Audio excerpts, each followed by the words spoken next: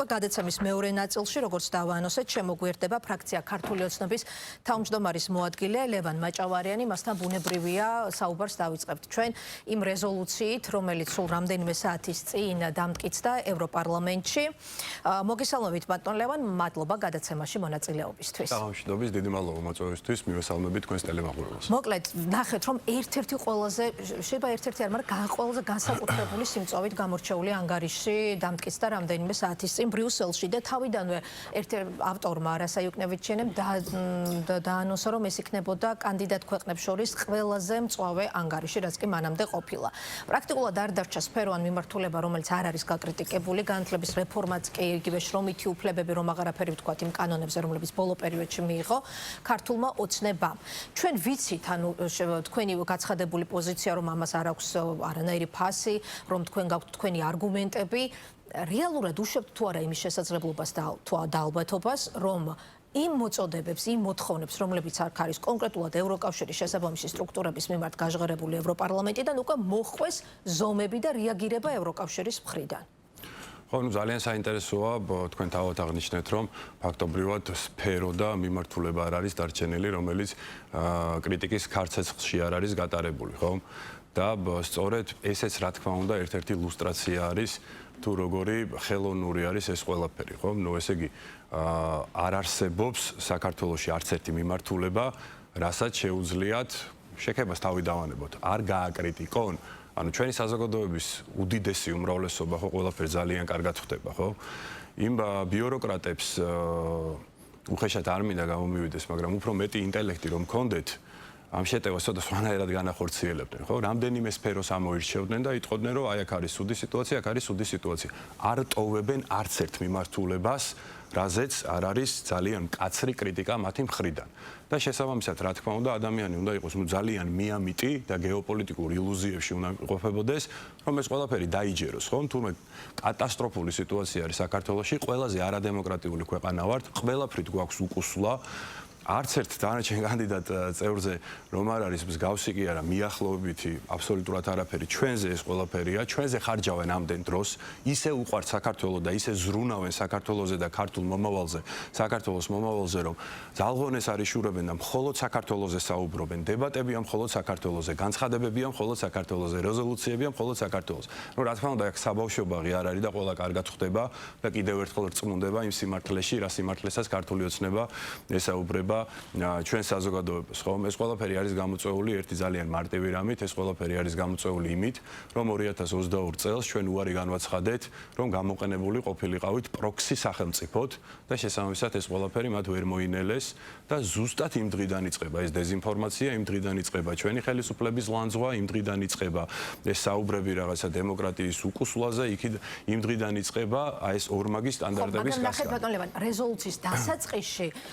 ძირითადი მაინც კრიტიკის მიზანი არის ფუნდამენტური ადამიანის ფუნდამენტური უფლებები და ის კანონები მაგალითად რომლებიც არა 2022 წელს და თქვა გარკვეული პერიოდში და აი სულ ბოლო თვეებში არის მიღებული და შესაბამისად ეს არის რომ თვითონ ქართული ოცნების მიერ გადადგმულმა ნაბიჯებმა გუნდის მიერ მიღებულმა გადაწყვეტილებებმა ხელი შეუწყო თუ არა ამ უკვე გამწვავებული ურთიერთობის კიდევ უფრო მეტად გაუარესებას თუნდაც იმ კანონების მიღებით რომლებიც ამ რეზოლუციაში არის მწვავედ გაკრიტიკებული და ამ კანონებით იწყება და ვთქვათ კონკრეტული ადამიანების დაკავებით ეს მძიმე ანგარიში. ხო, ნუ სანამ მაგ საკითხზე გიპასუხებთ, კარგი შეკითხვა არის, ისეც აუცილებლად უნდა აღვნიშნოთ, რომ ეს ლუსტრირებაზე, როდესაც ვაუბრობდი, თუ რას გულშემატკივრობენ ისინი საქართველოში და როგორ გულშემატკივრობენ თავიანთი აგენტურის ხელისუფლებაში მოსვლას, ფაქტობრივად გააჩინეს ჩანაწერი, რომ უნდა დასანქცირდეს უკვე ამ შემთხვევაში არა მხოლოდ იმედი და არა მხოლოდ პოსტივი, არამედ რუსთავი ორის უნდა დასანქცირდეს. ნუ თქვენზე ესე ვერ გაბედეს ღიად იქიდან გამომდინარე რომ საზოგადოებრივი მაუწყებელი ხარ, თუმცა მაინც ხელმძღვანელი პირები შეიყვანს. ანუ ფაქტობრივად პირდაპირ საუბრობენ, რომ მოდი დავტოვოთ საქართველოში მარტო ტევე პირველი და ფორმულა.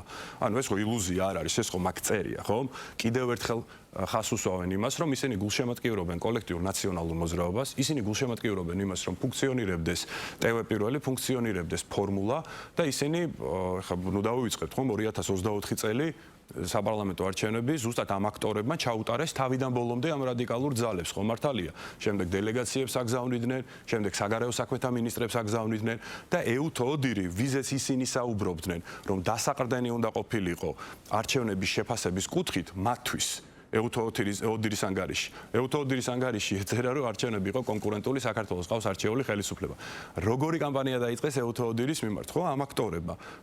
გაშავების კამპანია დაიწყეს ქართული ოცნების დასაცავი გახდა ეუთოოდირი და ამ რეზოლუციაშიც კიდევ ერთხელ ტრადიციულად, რა თქმა უნდა, როგორც მიხეილ სააკაშვილი არის პოლიტიკური დევნილი ბჭყალებში და იგი უნდა გავათავისუფლოთ, რაც კიდევ ერთხელ ჩაგვიწერეს, ასევე ხაზგასმულია, რომ არჩევნები იყო გაყალბებული. ერთი მტკიცებულება ვინმე დადო? ეუთოოდირი ვისი ორგანიზაცია, ჩვენი ქართული ოცნების შექმნილი ორგანიზაცია, ყველაზე ავტორიტეტული სადამკვირვებლო მისია არის და ჩვენ კარგად გვახსოვს ამ მისიის ხელმძღვანელის, თუ არ ვცდები საპარლამენტო ასამბლეაზე იყო ის განცხადება, რომ პირადად ვიმყოფებოდიო, მისიას ხელმძღვანელობდიო და არჩევნებმა ჩაიარა ძალიან კარგათო, ხო? კეთილი ენება ოპოზიციას და შებრძანებული იყო პარლამენტში და ამდენ ზღაპრებს რო წერენ, ხო? კონტრპროდუქტიული არის, მაგიტომ არის რომ ჩვენი საზოგადოების უდიდესი უმრავლესობის განწყობები ევროკავშირის მიმართ არის საგრძნობლად შეცვლილი. და ეს არის სწორედ ამ ევრობიუროკრატების დამსახურება. ვინაიდან ჩვენ ყოველთვის ვუსნით ჩვენ საზოგადოებას და ჩვენს მოქალაქეებს, რომ ევროკავშირი არის სხვა, ევროპა არის სხვა, ხოლო ეს ბრიუსელი და ბრიუსელის ბიუროკრატები არის აბსოლუტურად სხვა. თუმცა ნუ გინდა არ გინდა, მაინც რაღაცა ბმა არის და შესაბამისად ეს განწყობებზე არის ასახული. ეხლა რაც შეეხება თქვენ შეკითხვას, რომ ჩვენ ხო არ შეუწყეთ რამით ხელი. იცით როგორი რაღაცა არის, რა თქმა უნდა, თუ ვინმე ამას დაარქმევს იმას, რომ ჩვენ ხელი შევუწყეთ, იქიდან გამომდინარე, რომ ისეთი რაღაცა გავაკეთეთ, რაც მათ ძალიან არ აწყობდათ, შეგვიძლია ხელშეწყობა დავარქოთ, რას გულისხმობ. გამჭვირვალობის კანონი, როდესაც ჩვენ მივიღეთ, ამით რა გავაკეთეთ, ხომ? გამოვაცალეთ, ასე ვთქვათ, შავი ფულის ტრიალის საშუალება და NGO მათი მართული NGO ორგანიზაციების ხელით, ლომჯარიასი, გიგაურების და მსგავსი NGO ორგანიზაციების ხელით, საზოგადოებრივი აზრის ფორმირების, ასე ვთქვათ, საშუალება, ხო? გრანტების შესახებ კანონიც არის. მეორე კანონზე ვიტყვი, რაც ვერ მოინელეს, ხომ? ეს არის ოჯახური ღირებულებებისა და არასრულწლოვანთა დაცვის კანონი, ანტი-LGBT პროპაგანდა კანონი, სადაც წერია, რომ კაცი კაცია, ქალი ქალია, სხვანაირად ვერ იქნება და სადაც წერია, რომ პროპაგანდირება იმისი, რომ სქესი შეიძლება შეიცვალოს ადამიანმა და ასე შემდეგ მსგავსი სიმახინჯეების და სისულელეების არის აკრძალული ბავშვებში, მით უმეტეს სკოლებში და ბაღებში, ხომ? და რატო ვერ მოინელეს? იქიდან გამომდინარე, ვერ მოინელეს, რომ სამწუხაროდ დღევანდელ ევროკავშირში დღის წესრიგში არის პირდაპირ ეს რაღაცა ულტრამემარცხენე იდეოლოგია, რომელიც კიდევ ერთხელ ჩვენთვის ეს არის სიმახინჯე. ანტიდისკრიმინაციული კანონი მოქმედებს საქართველოში 2017 წლიდან, ყველა უმცირესობის უფლება არის დაცული. ასევე სექსუალური უმცირესობის უფლებები არის დაცული და ვისაც რა უნდა ისაკეთოს საკუთარ სახლში, ეს ჩვენი საქმე არ არის, არ ვერევით და არასდროს არ ჩავერევით. მაგრამ იმის პროპაგანდირება, რომ კაცი შეიძლება გახდეს ქალი და პირიქით, ხო? ეს დაუშვებელია, ეს ჩვენთვის არის წითელი ხაზი. შესაბამისად, ეს შეიძლება მათ არ აწყობდეთ, აღიზიანებდეთ. ბრიუსელიდან და არაერთხელ მიუთითებიათ კიდეც ევროკავშირის ლიდერებს, რომ არავინ არ სთხოვს, თქვათ, თუნდაც კანდიდატ ქვეყნებს და წევრების მსურველებს მსგავსი, თქვათ, რაღაც ინიციატივების. გასაგებია, თამთა თუ არავინ არაფერს არ ითხოვს, ხო? და თუ ეს ქართული ოცნების მოგონილი საფრთხეა, მაშინ თავი დაგვანებონ. თუ ეს კანონი მივიღეთ რაღაცა, ასე ვთქვათ, ილუზიებში ვიმყოფებით ჩვენ და არანაირი საფრთხე არ არსებობს სამომავლოდ, ხო? თავი დაგვანებოთ. რატო აწუხებთ მაშინ ეს კანონი? თუ ეს კანონი არაფერს არ იცავს და არაფერს არ ებრძვის, მაგ შემთხვევაში რატო აწუხებთ ეს კანონი ესე? ხო, მარტივი კითხვა არის, ნებისმიერ ადამიანს შეუძლია ეს კითხვა გავუშვას. რატო გახდა საჭირო საერთოდ ამ კანონის მიღება, როცა არ იყო თქვა რაიმე მოთხოვნები, ხო, ამ მიმართულებით საქართველოს? იმიტომ რომ ჩვენ ხედავთ თუ როგორი ტენდენციები არის სოფლიოში, მით უმეტეს დასავლეთ ევროპის ქვეყნებში, რაც არის ძალიან სამწუხარო და შესაბამისად დღეს რო რაღაცა პრობლემა არ დგას ჩვენი ქვეყნის წინაშე, ჩვენ ვართ პასუხისმგებლიანი ხელისუფლება და ვალდებულები ვართ, რომ ყველანაირი პოტენციური თეორიული რისკი, რაც შეიძლება მომავალში დადგეს, ის გადავაზღვიოთ. იგივე ეუბნებოდნენ პოლონეთშიც, რომ არა, ერთსქესიანთა ქორწინება ჩვენ არავის არ ვალდებულებთო, ხო? პოლონეთ ეს კონდა კანონი დაკრძალული. შემდეგ იმ წყვილმა პოლონურმა წყვილმა იქორწინა გერმანიაში, სადაც ეს კანონით არის დაშვებული და ევროკავშირის სასამართლომ დაავალდებულა პოლონეთი, რომ რახან ისეთ ქვეყანაში იქორწინეს, რომელიც ასევე ევროკავშირის სივრცეშია და იქ ეს კანონით არის დაშვებული. ეხლა თქვენც უნდა დაარეგისტრიროთ ეს წყვილი როგორც ცოლქმარი, ორ გეი წყვილზე არის საუბარი, ხო? ნუ ღმერთმა ხელი მოუმართოთ იმ ცოლქმარსაც და იმათ ოჯახსაც და პოლონეთსაც და გერმანიასაც ზემოდან, მაგრამ ჩვენთან ესეთი რაღაცეები არ მოხდება და ეხლა ვიღაცა თუ საუბრობს, რომ ჩვენ რაღაცა მოვიგონეთ, ხო, თავი დაგვანებონ. ამ მოგონილ რისკთან ჩვენ დავტოვონ მარტო. რიტორიკა, ნახეთ, ახლა თქვენ საბობთ თავი დაგვანებონ. რიტორიკა მათი არის ერთ-ერთი ასევე კრიტიკების შეშფოთების საგანი. ისინი ფიქრობენ, რომ ეს არის აგრესიული, რაც ასევე ამწოვებს ურთიერთობას. როდესაც თქვათ ქართული ოცნების ლიდერები თქვათ ძალიან მძიმე განცხადებებით საუბრობენ ევროკავშირის ლიდერებზე, მაშინ რჩება კი დიალოგის სივრცე და საერთოდ აქვს ამ ურთიერთობას აღდგენის პერსპექტივა? ნახეთ, მეც ეხლა ამ შემთხვევაში საერთოდ მაყურებელმა შეაფასოს ეს ჩემი მხრიდან აგრესიული რიტორიკაა თუ უბრალოდ მოპასუხის რიტორიკა, რომელიც ვალდებული ვიღო, რომ პასუხი გავცე, ვინაიდან ჩვენ ვართ კიდევ ერთხელ ხაზ გავუსვავ, რომ ჩვენ ვართ თავმოყვარე ერის, თავმოყვარე ხელისუფლება და ჩვენ ვალდებულები ვართ, რომ პასუხები გავცეთ, თუმცა წითელ ხაზებს ჩვენ არ ყვეთ და შეაფასოს ჩვენმა მაყურებელმა მე დღეს წითელ ხაზებს გავცდები თუ არ გავცდები. ეს არის უბრალოდ პასუხები თან არგუმენტირებული პასუხები ჩემი მხრიდან. შესაბამისად, რა თქმა უნდა, დიალოგის სივრცე ყოველთვის არის და იმასაც შევახსენებ ჩვენ მაყურებელს, როდესაც ბინძური კამპანია დაიწყო ქალბატონმა დეგნანმა და როდესაც აყვნენ ევრობიუროკრატები იმასთან დაკავშირებით, რომ ეს გამჭვირვალობის ქართული 6 გვერდიანი უმარტივესი კანონი რო დაბრენდეს რაღაცა რუსულ კანონად, ბატონმა ირაკლი კობახიძემ გააკეთა განცხადება, რომ ვინაიდან ხალხში იყო ჭარბი ინტერესი, მან შეთავაზა ევროკავშირის წევრი ყველა ქვეყნის ელჩს, რომ მარტო დაგიჯდებითო, საჯარო დისკუსია იმ სივრცეში გავმართოთ, რომელსაც თქვენ აირჩევთო და მოდით საზოგადოებას მოვასმენინოთ არგუმენტები, თუ რა მუხლი და რა პუნქტი ეწინააღმდეგება ევროპულ ღირებულებებს ან არხოს ადამიანის უფლებებს. ხომ ეს მე მაგალითად მოვიყვანე საზოგადოებას რომ გავახსენოთ. ჩვენ ყოველთვის ზად ვართ დიალოგისთვის და შინაარსობრივი დიალოგისთვის.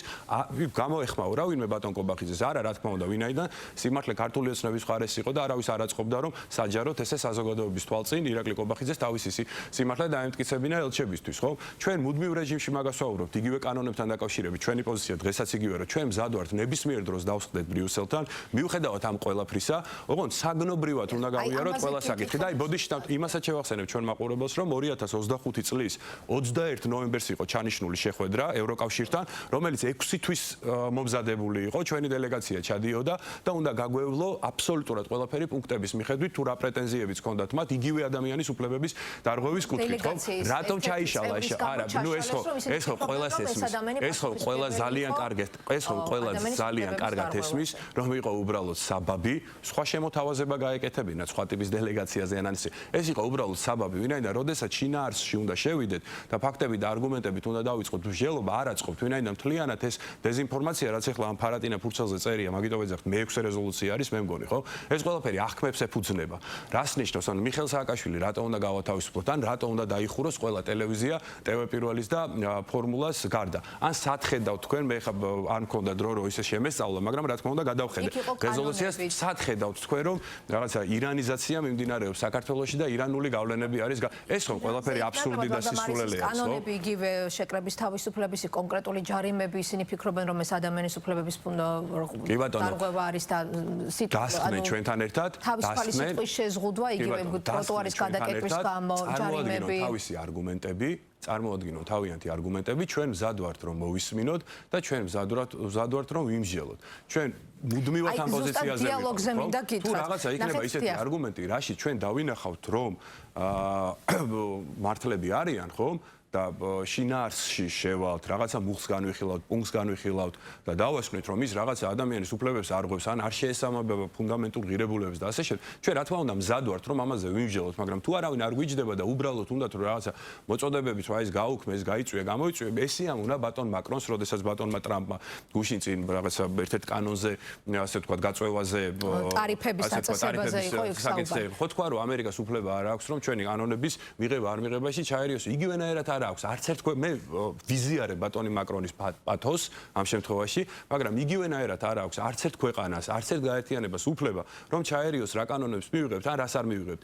და თუმცა იქიდან გამომდინარე, რომ ეს ის სივრცეა, სადაც ჩვენ მივისწრაფვით, რა თქმა უნდა იმას, არ მიგვითითონ, თუმცა იმისი უფლება აქვთ, რომ დავსხდეთ, თავისი აზრი წარმოადგინონ და მსჯელობის ფორმატში უკვე, ასე ვთქვათ, მივიდეთ რაღაცა რამდენად თანმიმდევრულია მართველი გუნდი ამ თვითონ ევროკავშირთან პოზიციონირების კუთხით და რას გულისხმობთ? ჩვენ ვნახეთ პარლამენტის თავმჯდომარის გუშინდელი წერილი, რომელიც ძალიან მწვავე და კრიტიკული შინაარსის იყო. იქ იყო შედარებები ევროკავშირსა და საბჭოთა კავშირს შორის. და დღის ბოლოს ნიკოლოზ სამხარაძის პარლამენტის საგარეო ურთიერთობათა კომიტეტის თავმჯდომარის განცხადება ლუქსემბურგის პარლამენტში ჰქონდა მას შეხვედრები, სადაც თქვა, რომ აი ქართული ოცნება მზად არის და სთხოვა ლუქსემბურგში დააყენოს საკითხი ევროკომისიასთან, რომ განახლდეს დიალოგი, თუნდაც ყველაზე კრიტიკულ თემებზე, მათ შორის გამჭვირვალობის კანონზე სასაუბრო. მე ზუსტად მაგით დავიწყე. ანუ რამდენად ხომ არ არის აცდენა გზავნილებში მართლ მე მაგითი დავიწყე, ხო? ბატონი კობახიძის მაგალითი მოვიყვანე, როდესაც ელჩევს მოუწოდა პრემიერის დონიდან დაწყებული რიგითი დეპუტატის დონით დამთავრებული აბსოლუტურად ყველანი საუბრობს წლების განმავლობაში, რომ ჩვენ ვართ მზად, რომ დავსწრებენ ევროკავშირს და მეორე მხრივ დიალოგისთვის მზადყოფნას გამოთქვამენ. ჩვენ ერთადერთი რა გვინდა? ჩვენ გვინდა ერთადერთი სამართლიანი დამოკიდებულება. ისეთი სამართლიანი დამოკიდებულება, როგორც აქვთ დანარჩენი კანდიდატი ქვეყნების მიმართ, ხო? რა დააშავა საქართველოს? დააშავა ის, რომ პროქსი ქვეყანად არ გამოვაყენებინეთ ჩვენმა ხელისუფლებამ საქართველოს და არ მივიღეთ იმაში მონაწილეობა, რაშიც მიაღებინეს უკრაინა და დაანგრიეს ეს ქვეყანა. დღეს რომ ყველა ღიად საუბრობს, ქართულმა უცნებამ რომ დავიწყე და გავბედეთ, ამაზე საუბარი 4 წლის წინ, იქაც ხო გვაბრალებდნენ რომ იტყუებაო ქართული ოცნებაო. დღეს ხომ რაც ბატონმა ტრამპმა ოვალური ოფისი დაიკავა, ხო ძალიან ბევრ რაღაცას თავის სახელი დაერქვა. ხო დაერქვა რომ ეს არის პროქსიომი დასავლეთს და რუსეთს შორის და სატელიტ ქვეყნად იქნა გამოყენებული უკრაინა. ჩვენ ხო ამაზე 4 წლის წინ საუბრობდით. მაშინ როგორ ბედავთო, ხო? აბა დღეს რატო არავინ არ ეუბნება ბატონ ტრამპს რომ ეგეც სახელებს ნუ არ ხო? ჩვენ ვითხოვთ სამართლიან დამოკიდებულებას. შესაბამისად, რა თქმა უნდა, ჩვენ დიალოგისთვის ნებისმიერ დროს მზად ვიყავით, მზად ვართ და მაგიტომ შევახსენეთ ჩვენს მაყურებელს, რომ 21 ნოემბერს 2025 წლის უნდა შემდგარიყო ეს შეხვედრა, რომელიც იყო თვეებით ადრე მომზადებული და ჩაშალა ევროკავშირმა ეს დიალოგი. თუმცა ეს დიალოგი უნდა იყოს საგნობრივი, ჩვენ ვითხოვთ მხოლოდ სამართლიან დამოკიდებულებას.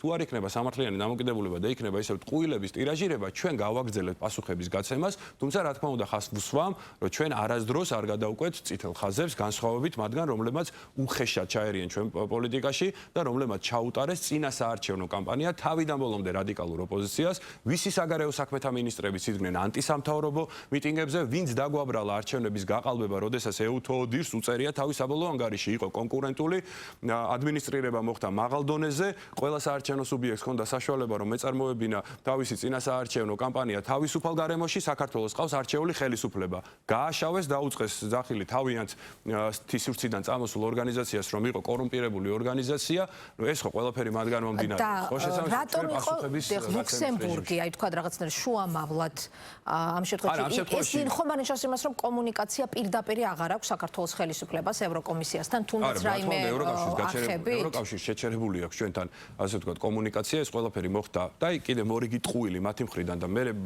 არავის არ უნდა გაუკვირდეს პასუხებს რატოცებთ, ხო? მორიგი ტყუილი, როდესაც მათ შეაჩერეს ყველანაირი კომუნიკაცია ზუსტად ამ კანონებიდან გამომდინარე, რომ არ გავიწვიეთ ანტი-LGBT პროპაგანდა კანონი, რომ არ გავიწვიეთ გამჭვირვალობის ქართული კანონი, ხო? შეგვიჩერეს 2024 წლის ივნისში ყველანაირი დიალოგი და წერილებით არის ეს დადასტურებული, ხო? ბატონი ჰერჩინსკის წერილი საგარეო საქმეთა სამინისტროში, ხო? ანუ თარიღი არის პირდაპირ დადანი. და როდესაც ბატონმა კობახიძემ განცხადება გააკეთა ნოემბერში, მე უკვე დააბრალეს ჩვენს პრემიერ-მინისტრს, არა, ირაკლი კობახიძე. ლუქსემბურგი და რა პასუხი იყო იგივე სამხარაძის თხოვნაზე თუ გაქვთ ინფორმაცია? კარგი შეხვედრა, ეს იყო საპარლამენტო კომიტეტების თავმჯდომარეებთან იყო ეს შეხვედრა, თვითონ ლუქსემბურგის მხარემ წამოაყენა ეს ინიციატივა, რომ აი რითი შეგვიძლია, რომ რაღაცა პროცესს დავეხმაროთო და რა თქმა უნდა ბატონმა სამხარაძემ, ბატონმა მახაშვილმა უთხრეს, რომ თქვენ თუ დახმარება გსურთ, აი ჩვენ გვინდა დიალოგი, რასაც უარს ამბობს ევროკავშირი ამდენი ხნის განმავლობაში, ნოემბერში ჩაშალეს ეს დიალოგი და თუ რაღაცით ხელს შეუწყობ, ძალიან კარგი იქნება. ეს ამ რეზოლუციაში, ანგარიში უბრალოდ რომელიც დღეს დამტკიცდა ევროპარლამენტში არის უნგრეთი, ასე უნგრეთს მიმართავენ პირდაპირ ავტორები, რომ ამ შემთხვევაში ახალ ხელისუფლებას, რომ აღარ იყოს თქვა ბარიერი ხელისუფლებისთვის სანქცირების პროცესში, იმიტომ რომ მანამდე ვიცით რომ უნგრეთის ხელისუფლებას ახლო ურთიერთობა ჰქონდა წინა ხელისუფლებას, ორბანის მთავრობას. ოცნებასთან და ის ეწინააღმდეგებოდა ხელისუფლების წარმომადგენლების მიმართ სანქციების დაწესებას. რამდენად უშვებთ იმის ალბათობას, რომ უნგრეთის ახალი მთავრობა ამ შემთხვევაში ამ ბარიერსაც თქვა მოსლის და უკვე ერთსულოვანი შეთანხმებები და გადაწყვეტილებები იქნება თქვა ხელისუფლების წარმომადგენლების სანქცირებასთან დაკავშირებით. ანუ თუ გაქვთ საერთოდ უნგრეთის აი ახალ ხელისუფლებასთან რაიმე სახით კომუნიკაცია? რა თქმა უნდა, ურთიერთობა აბსოლუტურად ყველასთან არის. მე ცალკეულ ქვეყნებს გულისხმობ, რა თქმა უნდა და არა ევროკავშირს. მე ვერც ვერაფერს ვერ დავადასტურებ, ვერც ვერაფერს ვერ გამოვრიცხავ, უნდა დავაკვირდეთ, როგორ განვითარდება პროცესები, თუმცა რა თქმა უნდა, ჩვენ ქართულ ოცნებას ის გვჩვევია, რომ გაცილებით ადრე ვიწყებთ ხოლმე ყველანაირი პოტენციური სცენარის განვითარების, ასე ვთქვათ, საპასუხო ნაბიჯების დაგეგმვას და ნებისმიერი განვითარებული სცენარისთვის, რა თქმა უნდა, მზად ვართ, როგორც რითიც ჩვენ, ასე ვთქვათ, გამოვირჩევით და შესაბამისად შევხედოთ მოვლენები როგორ განვითარდება. ჩვენ გვაქვს ჩვენი დღის წესრიგი ევროკავშირთან მიმართებაში კონკრეტულად ჩვენ ვაგრძელებთ ასოცირების ხელშეკრულებით ნაკისრი ვალდებულებების შესრულებას, ხოლო უშუალოდ ჩვენი დღის წესრიგი, რასაც ეფუძნება, ეს არის ჩვენი ქვეყნის კიდევ უფრო გაძლიერება, სუვერენიტეტის კიდევ უფრო გამყარება, კიდევ უფრო ეკონომიკური განვითარება, შუა კორიდორში ჩვენი როლის გამტკიცება, რომელიც ძალიან, ასე ვთქვათ, დატვირთული კორიდორი გახდა, მოგეხსენება და ჩვენ საკვანძო ადგილს ვიკავებთ, რომელიც სხვათა შორის ევროკავშირს დაავიწყდა, ხო, ურსულა ფონ დერ ლაიენის გამოსვლას გაგახსენებთ შუა აზიაში, სადაც მან გამოტოვა მთლიანად საქართველოს შუა კორიდორზე საუბრის დროს და ბატონმა ალიევმა ჩვენმა ნამდვილმა მეგობარმა მას სერიოზულად უსაყვედურა, რომ ან რუკას არ იცნობსო, ან როგორ შეიძლება საქართველოს რო გამორჩევდა. როდესაც ესეთი დამოკიდებულებაა, რომ რუკაზეც არ გიმჩნევენ, ხო? ვალდებული ხარ, რომ რაღაცა ტიპის პასუხები გაცე და არავის არ შეალახინო შენი ეროვნული თავმოყარეობა. ჩვენ ზუსტად ამ რეჟიმში ვართ და დანარჩენი ჩვენ ვაგრძელებთ ძალიან მასშტაბური პროექტების განხორციელებას, როგორც არის აეროპორტების გაფართოება, ახალი აეროპორტის მშენებლობა, ავტოსაგზაო მაგისტრალების მშენებლობა და ნუ ნახეთ უკვე ეს აღმოსავლეთ-დასავლეთ მაგისტრალები რამდენი, ასე ვთქვათ, რამდენჯერ აღემატება ეს მშენებლობა იმას, რაც წინა ხელისუფლების დროს იყო. ბოდიში ანაკლიის პორტი, იგივე ახალი აეროპორტი, პორტების გაფართოება, ანაკლიის პორტი, ანუ აბსოლუტურად ყველანაირი ინფრასტრუქტურა, რომელიც არის უმნიშვნელოვანესი იმისთვის, რომ მოემსახუროს მაქსიმალური ეფექტურობით შუა კორიდორს, ჩვენ ამ ყველაფერს ვავითარებთ, რომ ნებისმიერი სახის ტვირთბრუნვა, რაც იქნება, ჩვენ მაქსიმალურად ეფექტურად გავატაროთ და მაქსიმალური სარგებელი მიიღოს ჩვენმა ქვეყანამ. ვაგრძელებთ ეკონომიკური ზრდით, ასე ვთქვათ, ლიდერობას, არა მხოლოდ რეგიონში, არამედ მთლიანად ევროპის მასშტაბით, რაც რა თქმა უნდა ყოველწლიურად ისახება ბიუჯეტზე და რაც რა თქმა უნდა ნელ-ნელა ეტაპობრივად ისახება ჩვენს მოსახლეობაზეც და შესაბამისად ეს არის ჩვენი დღის წესრიგი. მაქედან გამომდინარე, ჩვენ და ასევე ამერიკის შეერთებულ შტატებთან ურთიერთობის გადატვირთვაზე მუშაობას, რომელიც, რა თქმა უნდა, ოპტიმიზმის საშუალებას იძლევა, ისეთი დინამიკით მიმდინარეობს, თუმცა აქაც ჩვენ, რა თქმა უნდა, სიმჩატე არ გვახასიათებს, უნდა დაველოდოთ, როგორ განვითარდება მოვლენები, თორე ამერიკულმა მხარემ, რა თქმა უნდა, იცის, ჩვენი მზადყოფნა, იცის, რომ ნებისმიერ დროს მზად ვართ, რომ დავსვდეთ და გზამკვლევი გავწეროთ, ოღონდ, რა თქმა უნდა, ორივე ქვეყნის ინტერესი უნდა იყოს გათვალისწინებული. ვაგრძელებთ ჩინეთთან, თქვენ ხედავთ თუ როგორ ღრმავდება ჩვენი ურთიერთობები, ჩვენი სტრატეგიული პარტნიორი, სადაც პირდაპირ ფრენები, უიზო მიმოსვლა, თავისუფალი ვაჭრობა და ასე შემდეგ შესაბამისად ჩვენ რა თქმა უნდა ვერ ვიგებთ რეალობას, რაც არის გეოპოლიტიკური პირდაპირ ჩაიწერა, რომ ესე იგი საქართველოს ხელისუფლებასთან მკაცრად უნდა იყოს ურთიერთობა, მკაცრად უნდა იყოს დამოკიდებული მათ მიერ ხელშესახებები და შემოწმებადი ნაბიჯების გადადგმაზე. შესაბამისად იქ არის რამდენიმე მოთხოვნა, ახალი არჩევნები, კონკრეტული პოლიტიკურ პატიმრებად მიჩნეული პირების გათავისუფლება, ახალი არჩევნების შანიშნა, ეს ამ კანონების გაუქმება. არც ერთ ნაწილში, თუნდაც კომპრომისის სახით საქართველოს ხელისუფლება არ აპირებს, თქვათ, რაიმე კომპრომისული ნაბიჯის გადადგმას. გონივრული, რა თქმა უნდა, ზოგადად პოლიტიკა კომპრომისების ხელოვნებაა, ხო, მაგრამ ეხლა თქვენ რაც ჩამოთვალეთ, იქიდან გონივრული არაფერი არა. ჩვენთან პოლიტპატიმარი არ არის, ვიდუმეთეს მიხეილ სააკაშვილს პოლიტპატიმრად. მიხეილ სააკაშვილი არის ნახსენები, იქანიან ის ადამიანები, რომლებიც თუნდაც აქციებზე დააკავეს. თუნდაც ელენე ხოშტარია არის ხოშტარიაზეც და აბსოლუტურად მიხეილ სააკაშვილის გარდა ანუსხებიც არის. არსებობს მტკიცებულებების უმაღლესი სტანდარტი. ეს არის ვიდეო მტკიცებულებები, ხო? შესაბამისად რა გავაკეთოთ ახლა ჩვენ და ადამიანთა ის ჯგუფი, რომელიც იხდის სასჯელს, თუ ისინიც მოაზრებული ყავთ, რომელზეც ხელისუფლებას აქვს გაცხადებული, რომ ჩვენ დავინახოთ სინანული და გადავდგათ შესაბამის ნაბიჯებს და ვიხილეთ კიდევაც უკვე რამდენი ადამიანი გათავისუფლდა იგივე 4 ოქტომბრის დამხობის მცდელობის საქმიდან, ვინაიდან მათ გადადგეს ნაბიჯი და პირდაპირ აღიარეს, რომ ეს იყო დანაშაული და სინანული დაანახეს, ასე ვთქვათ, შესაბამის უწყებებს და მოხდა საპროცესო შეთანხმებების გაფორმება. რაც შეეხება დანარჩენ ჩამოთვლილ საკითხებს, ყველა გონივრულად რომელი ჩავთვალოთ, ჩემთვის ერთ-ერთი არის ნახსენები ასევე ელენე ხოშტარია, რომლის ჯანმრთელობის მდგომარეობის გაუარესებაზე დღეს ადვოკატებმა გავრცელეს განცხადება და ევროპარლამენტშიც, ვთქვათ, ნახსენები ამ ანგარიში და ცალკე ამ ანგარიშის ავტორმაც თქვა, რომ ის არის პოლიტიკურად იდევნება და რომ დამამცირებელ პირობებში უწევს მას ყოფნა იუკნებიჩიანეს დღევანდელი განცხადება იყო. საინტერესო არის თვითონ ხელისუფლების რეაგირება დღეს ხოშტარიას გარშემო განვითარებულ პროცესებზე როგორი იქნება. ან თუ დაინტერესდით თქვენ როგორც ვთქვათ პარლამენტის წევრი, ვთქვათ მისი ჯანმრთელობის მდგომარეობით. ხო, მე არ მაქვს არანაირი საფუძველი იმისა, რომ ეჭვი შევიტანო იმ განცხადებაში, რა განცხადებაც გააკეთა პენიტენციურმა სამსახურმა. არანაირი საფუძველი არ მაქვს და თავიდან ბოლომდე მჯერა აბსოლუტურად ყველაფრის, რომ სათანადო მომსახურება და სათანადო სამედიცინო, ასე ვთქვათ, მომსახურება ეწევა ხალბატონ ხოშტარიას, რა თქმა უნდა, ჯანმრთელობას უსურვებ, მე არ ვიცი რეალურად მისი ჯანმრთელობის მდგომარეობა, როგორ ეს ჩემი საქმე არ არის. და მე ღრმად ვარ დარწმუნებული, ვისი კომპეტენციაც ეს არის და ვისი საქმეც არის, 1000% იზრუნებს იმაზე, რომ ყველაფერი იყოს ისე, როგორც შეეფერება ჩვენ ქვეყანას და როგორც შეეფერება ჩვენს ხელისუფლებას. და პოლიტიკური შეფასების კუთხით ხომ, ჩემთვის ძალიან რთული არის იქიდან გამომდინარე, ჩვენ ძალიან ცუდი წარსული გვახსოვს ისევ ამ აქტორების მხრიდან, იგივე რასას მხრიდან, იგივე მათი თანამოაზრეების მხრიდან, იგივე ევროკავშირის ელჩების მხრიდან, ვინც დემარში გამოგვიცხადეს, იგივე ამ პარტიების მხრიდან, რომლებიც იტყუებოდნენ წლების განმავლობაში, რომ სააკაშვილი კვდებოდა. ეს ხო კარგად გახსოვთ, ხო? ეს ზღაპარი ხო ნანახი გვაქვს. მე ამ შემთხვევაში იმას არ ვამბობ, რომ ელენე ხოშტარიაზეც ტყუილები ვრცელდება, მე არ ვიცი.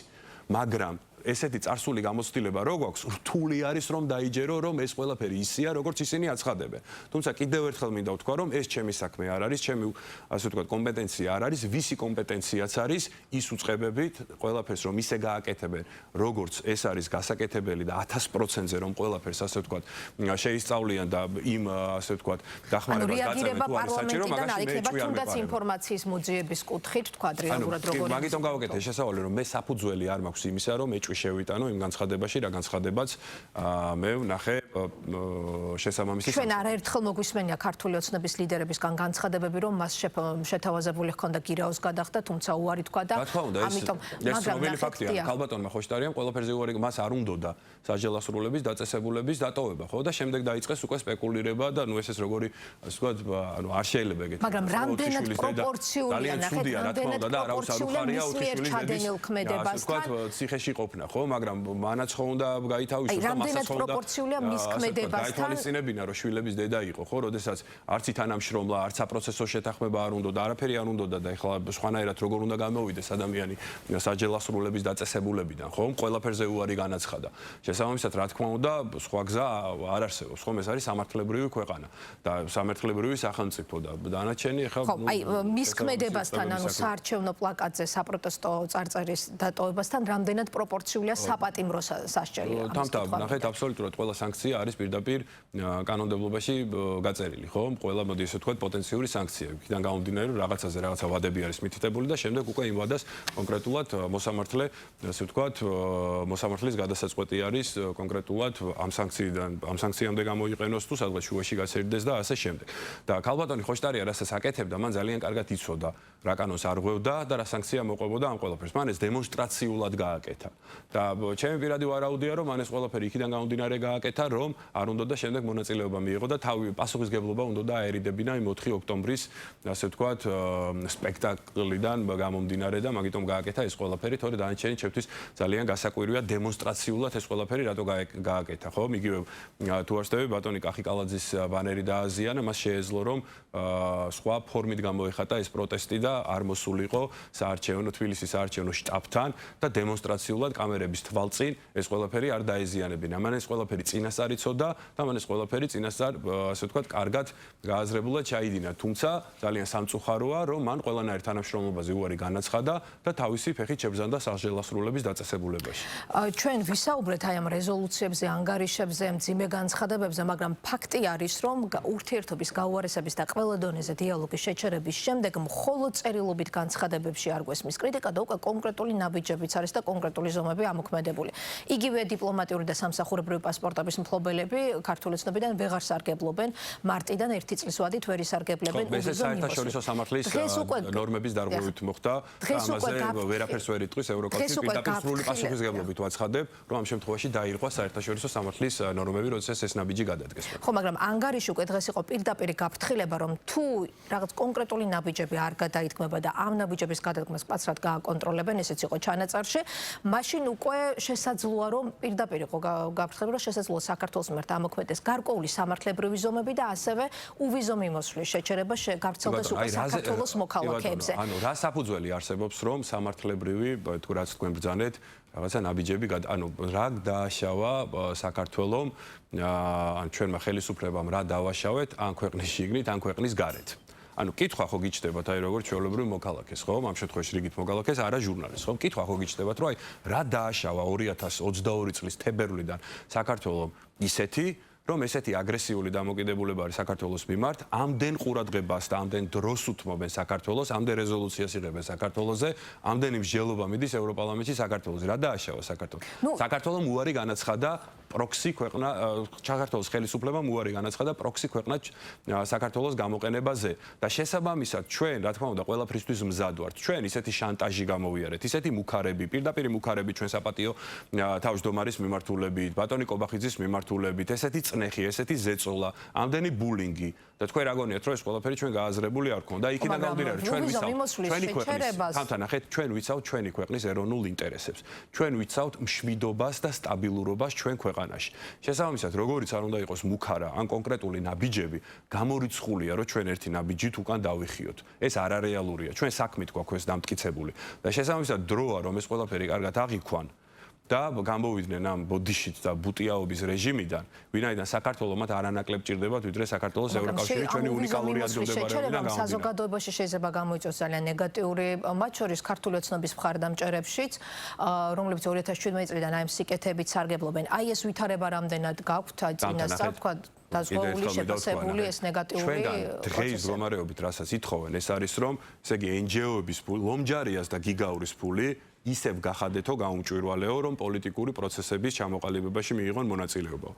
რომ რევოლუციური სცენარების დაგეგმვა გაგრძელდეს.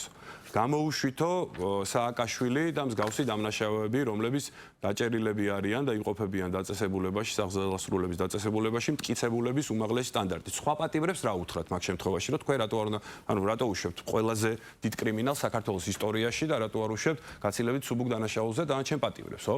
ანუ მაგას ხო ითხოვენ ჩვენგან. ჩვენგან ითხოვენ, რომ ესე იგი უნდა დასანქცირდეს იმედი და რუსთავი, თავისუფალი, ასე ვთქვათ, მედია საშუალებები, ხელისუფლება უნდა ჩავერიოთ, როგორც ნაცები ერეოდნენ ხოლმე და უნდა დავკეტოთ ეს ტელევიზიები პლუს კიდე ამ ყველაფერს პოზიტივი. კიდევ უნდა გავაუქმოთ, ესე იგი, ანტი-LGBT პროპაგანდა კანონი და შესაბამისად LGBT მარშები და LGBT პროპაგანდა რომ დაიწყება, ამაში ჩვენ არ უნდა ჩავერიოთ და პირიქით ხელი უნდა შევუწყოთ. ანუ ეხლა მე რაც ჩამოთვალე, ეს ნორმალურია რომ გავაკეთოთ, ანუ თქვენი აზრით ეს ნორმალური ხელისუფლების გადადგმული ნაბიჯები იქნება. ეს იქნება გამყიდველი ხელისუფლების გადადგმული ნაბიჯები. და ისევ იგივე, ასე ვთქვათ, მე უფრო მეც მოითხოვე. ისევ დაიწყებენ იგივე მოთხოვნებს, დაუწესეთ სანქციები რუსეთს, გააგზავნეთ მებრძოლი მოხალისეებით სავსე თვითმფრინავი მთავრობის ოფიციალური თანხმობით უკრაინაში. გადაეცით თქვენი შეიარაღება უკრაინას. ეხლა ხო პირიქით ომის დასრულებებზე მიდის მოლაპარაკებები კიდევ დგას ამ მეორე ფრონტის გახსნის საკითხი. როგორი საკითხი არის, ჩვენ საუბრობთ ძალებზე, რომლისთვისაც ესეთი მტკიცე უარი, ესეთი პატარა ქვეყნიდან, ხო, იყო ძალიან მოულოდნელი, ვინაიდან ისინი მიჩვეულები არიან, რომ ესეთი ტიპის ქვეყნებს მართავენ თავიანთი აგენტურის ხელით, როგორც ეს ხდებოდა ქართული ოცნების ხელისუფლებაში მოსვლამდე. შესაბამისად, აქ არის რამდენიმე საკითხი. ერთი არის, რომ ძალიან დიდი ეგო აქვს და ვერ მოუნელებიათ. მეორე არის, რომ დანარჩენი ქვეყნებისთვის ჭირდებათ საქართველოს დასჯა, რომ მაგალითი იყოს. თორე საქართველოსავი თუ ხმავი აიმაღლეს ძალიან ბევრმა დანარჩენმა ქვეყანამაც, ხო? ძალიან სერიოზული პრობლემები შეექმნებათ ამ ძალებს, ხო? იმიტომ რომ ჩვენ მაგალითი ვართ დღეს ძალიან ბევრისთვის, პატარა ქვეყანას როგორ შეუძლია იბრძოლოს დამოუკიდებლობისთვის, თავისუფლებისთვის და ქვეყნის სუვერენიტეტის გამტკიცებისთვის, მშვიდობის შენარჩუნებისთვის, ტრადიციების, კულტურის შენარჩუნებისთვის და ეროვნული თვითყოფადობის გამყარებისთვის. შესაბამისად, მათ ჭირდებათ მაგალითი. და მესამე, გუშინ ომში ჩართვა ჭირდებოდა, თვალ სანქციები დაჭირდება და ზე კიდე სხვა რაღაცა დაჭირდებათ, რა თქმა უნდა განაღდებული უნდათ სიტუაცია, რომ მართული აგენტურის ხელში იყოს აქ ხელისუფლება. ისევ ომის საკითხი დადგება დღის წესრიგში, ჭირდებათ მართული ხელისუფლება. სანქციების დაწესების საკითხი დადგება დღის წესრიგში, ჭირდებათ მართული ხელისუფლება.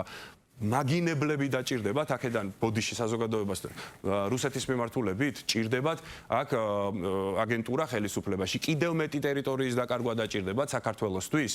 ჭირდებათ ისევ სააკაშვილის და მსგავსი გვარამია იქნება თუ ჩერგოლეიშვილი იქნება თუ ახლა აქ რო იჯდა ბატონი ჩემამდე, ანუ ჩემთვის აბსოლუტურად ყველა ერთია, ეს არის კოლექტიური ნაციონალური მოძრაობა, იქიდან გამომდინარე რომ ვიღაცა შეიძლება უშუალოდ იყო დაკავშირებული სისხლიან რეჟიმთან, ვიღაცას ხელები არ ქონდა გასვლილი, თუმცა ეს ფსიქოლოგია და მენტალიტეტი რომ აუცილებლად გარედან უნდა იმართებოდე ერთი და იგივე ვერტიკალით, ხო? ეს არის ზუსტად ნაცობა. და ეხლა რასაც აკეთებენ ის გარე პატრონები, რომ თითქოს რაღაცა სპექტაკლს თამაშობენ, აქ ვიღაცა შევიდა, ვიღაცა გამოვიდა, ისევ რაღაცა მეათე გაერთიანებიდან და ლელო და გახარია რო ყავთ გვერდზე გაწეული, ეს არის 2025 წლის სპექტაკლის გაგრძელება, რომ მათ უნდათ რომ ლელო და გახარია რამენაერად გამიჯნონ ჩვენი საზოგადოების თვალში კოლექტიური ნაცებისგან, თითქოს ისინი იგივე ვერტიკალით არ იმართებიან და თავიანთ რაღაცა დღის წესრიგს აღალებებენ პოლიტიკას. სხვა სტრატეგიები აქვთ მათ და ეს მათი სტრატეგიები არ არის და ეს მათი გადაწყვეტილებები არ არის. ეს არის ის დავალებები, რა დავალებებსაც ისინი ზედმიწევნით ასრულებენ.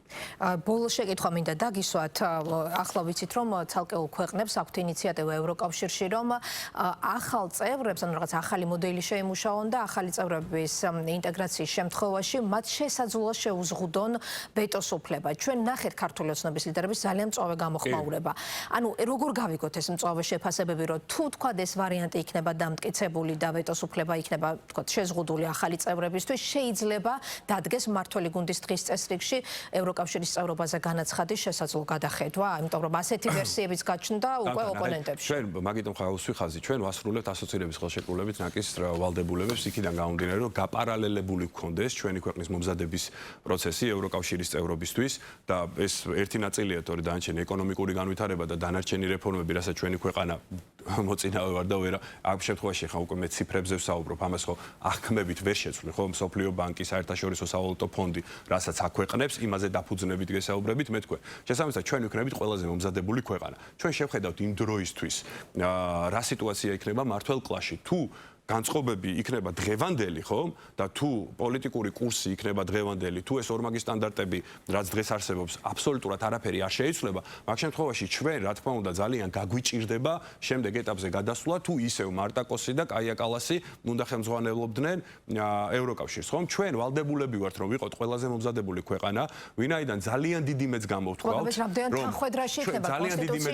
ძალიან დიდი მეც არა, ჩვენ აბსოლუტურად ყველაფერს გავაკეთებთ, მაგრამ მე ამ შემთხვევაში საუბარი მაქვს იმაზე, რომ შეიძლება ისეთი კედელი იყოს იქ თეორიულად, როგორი კედელიც დღეს არის, ხო? მაგრამ ჩვენ ძალიან დიდი იმედი გვაქვს, რომ იქ სიტუაცია შეიცვლება. ვინაიდან ეს მხოლოდ ჩვენი მოთხოვნა არ არის, ეს არის მთლიანად ევროპელი ხალხის მოთხოვნა. ძალიან მობეზდა ევროპელ ხალხს ის, რომ რაღაცა ულტრამემარცხენე იდეოლოგიას თავსახვევენ, ის, რომ ეკონომიკური სტაგნაცია მიმდინარეობს, კი, დღეს არავის არ უჭირს. როდესაც აქ რაღაცა ღილიცინს იწყებენ, რომ თვითონ გერმანიას გაუჭირდაო ქართული ოცნება ამბობს. ჩვენ მაგას არ ვამბობთ. ჩვენ ვამბობთ, რომ ტენდენცია არის ძალიან საბალალო. როდესაც შენ 2008 წელს 30% გქონდა სოფლიო ეკონომიკაში წილი და დღეს 17%-ზე ნაკლები გაქვს, ტენდენცია არის ძალიან მძიმე და ინერციით რომ მოყვება სიმდიდრე 10 წელიწადში ეს სიმდიდრე დამთავრდება თუ რაღაცით ხელი არ შეუწყე ეკონომიკის განვითარებას და ძალიან ბევრი სხვა პრობლემები არის, იგივე LGBT პრობლემა, იგივე ეს უკონტროლო მიგრაცია, რაც ხდება, ხო? თქვენ გონიათ რომ ევროპელი ხალხი ამით კმაყოფილია, ძალიან სერიოზული წუხილებია. შესაბამისად, ძალიან ბევრი რაღაცა უნდა შეიცვალოს. თორე ჩვენ მარტო ეს კი არ მოვისმინეთ, გუშინ იყო ეს თუ გუშინ წინ ეს რაღაცა სკანდალური განცხადება, რომ თურმე იგივე ვალდებულებით უნდა შეხვიდე და თურმე უფლება არ უნდა კონდეს, რომ მინიმუმ იმსჯელო შენი ქვეყნის ბედთან დაკავშირებით, ხო? ამაზე მეტი უსამართლობა და ავიცი, აქ სად არის თანასწორობა, ხო? და ჩვენ კიდე დღეს მოვისმინეთ ქალბატონი იოკნევიჩიანის მხრიდან, სხვადასხვა ძალიან ყურადსაღები ფაქტი, რომ თურმე ის რომ ჩვენ წლების განმავლობაში გველაპარაკებოდნენ რომ ევროკავშირში წევრობა იყო რეალური, ის რომ ჩვენ სწორნაბიჯებს გავდით, გვიფორმდნენ ასოცირების ხელშეკრულებას. ზუსტად მაყურებელს განცხადებას 2022 წლის ფართომასშტაბიან ომამდე არავინ საუბრობდა გაფართოებაზე აღმოსავლეთ პარტნიორების ქვეყნებისთვის. არავინ არ არსებობდა ამის პოლიტიკური ნება. კი, მე იცით რა გამახსენა ამ განცხადებამ, ზუსტად ბორის ჯონსონს აქვს თუ არ ვცდები, 1 წლის წინ გაკეთებული განცხადება, რომ მე ყველა შეკრებას ვესწრებოდიო ნატოს ფარგლებშიო და არსად დღის წესრიგში არ იდგაო უკრაინის გაწევრება ნატოში. მაშინ როდესაც თქვენ ხო გახსოვთ, უკრაინას პირდებოდნენ დაჩქარებული წესით მიგიღებთ ნატოშიო, ხო? და ომის დაწყების ერთ-ერთი მიზეზიც სწორედ ეს გახდათ, ხო? ბორის ჯონსონმა აღიარა პირდაპირ, რომ ჩვენ ვატყუებდითო უკრაინას, ეს დღის წესრიგში არ იდგაო. ამ შემთხვევაში რაზე საუბრობს ქალბატონი, რასა იქნებ განმარტოს? ანუ ჩვენ გვატყუებდნენ ამდენი წლის განმავლობაში და თუ მიბმული არის კონკრეტულად ომთან ევროკავშირის წევრობა, ეს პირდაპირ არ ადასტურებს იმას, რაზეც ქართული ოცნება 4 წლის განმავლობაში ვსაუბრობ. შესაბამისად, ესეთი ძალიან ბევრი წამოწდენები აქვთ და ზოგადად არ გამოირჩევა დღევანდელი მმართველი კლასი რაღაცა ისეთი სერიოზული უნარჩვევებით და შესაბამისად, რა თქმა უნდა, თუ იგივე ქალბატონი კალასის მისამართითაც სერიოზული სკანდალები არის და იქ კულუარებში უკვე საუბრობენ მის სავარაუდო გადადგომასთან დაკავშირებით, არ ვიცი, ეს მე უშუალოდ ევროპული წყაროებიდან რაც მაქვს ნანახი და ევროპული მედიიდან, და ჩვენ ვისურვებდით, რა თქმა უნდა, დიდი მეც ვიტოვებთ, რომ ეს მმართველი კლასი შეიცვლება და მოვლენ ისეთი, ასე ვთქვათ, ბიუროკრატები, რომლისთვისაც მნიშვნელოვანი პირობებში თქვენ ნაკლებად უშვებთ ურთიერთობის გადატვირთვის პერსპექტივას? არსებული მმართველი კლასის პირობებში ჩვენ ნაკლებად უშვებთ იმას, რომ რაციონალური ნაბიჯები გადადგან, ვინაიდან ისინი ვერ ეგუებიან დღემდე რომ ვერც არჩევნების გზით ვერ ჩაგვანაცვლეს, რომელიც თვითონ ჩაატარეს და ვერც რევოლუციის გზით ვერ ჩაგვანაცვლეს, რომელიც 5-ჯერ დააფინანსეს და დაგეგმეს საქართველოში. შესაბამისად, მათ თუ ასე ვთქვათ, რაციონალური გადაწყვეტილების მიღების უნარი აქვთ, რომ პირველ რიგში უნდა აღიქვან, რომ ეს ვერ მოხდა საქართველოში და გადადგა ნაბიჯი იმასთან დაკავშირებით, რომ გაგრძელდეს დიალოგი ჩვენსა და ევროკავშირის შორის და გადაიფურცლოს ის უსამართლობის ფურცელი. თუ ეს ასე არ მოხდა, მაგ შემთხვევაში უნდა დაველოდოთ ცვლილებებს ევროკავშირის კლასში. მადლობა ლევან მაჭავარიანი, ქართული ოცნების ერთ-ერთი ლიდერი, ფრაქცია ქართული ოცნების თავმჯდომარის მოადგილე, პასუხობდა გადაცემა დღის თემის შეკითხვებს. პირდაპირ ეთერში ამით დღევანდელი გადაცემა დასრულებულია. გემშვიდობებით, ხვალამდე.